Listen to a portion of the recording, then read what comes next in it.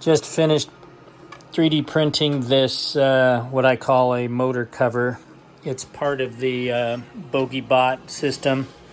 I decided to modify it, and you can see the difference now is now I have a hole on the side, which is for lighting and power pass-through. So there's going to be a tube that comes out of this and joins to the body, and it has to be flexible because the power train system is all in here, and there's nothing connecting over here other than wiring. So this has to be flexible because this piece will rotate while it's, driving.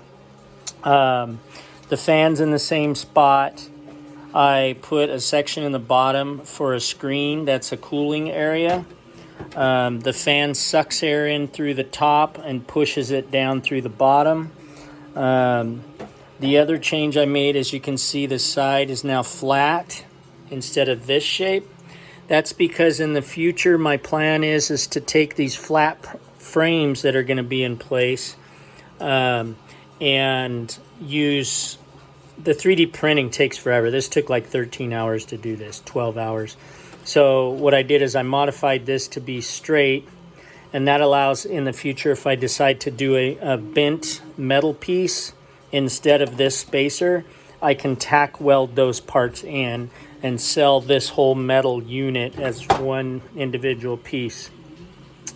Another modification I've made is I'm taking two wheels and converting them to be a dually style. So what I've done is I 3D printed my own wheel hubs and they have a section like this in it. So basically you're running the axle through it like this.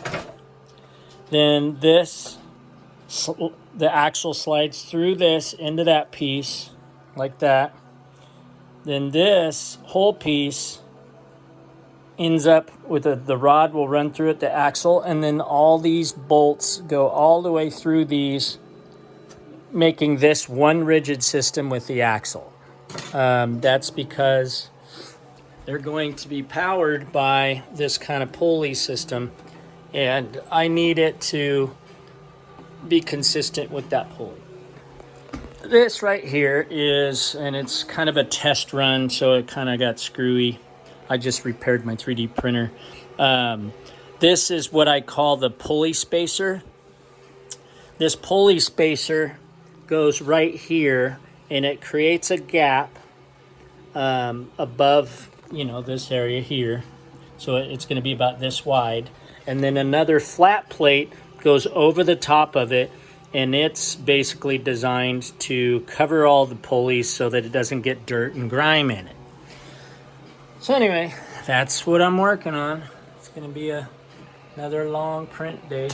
So basically, as an example, imagine this piece here without holes in it.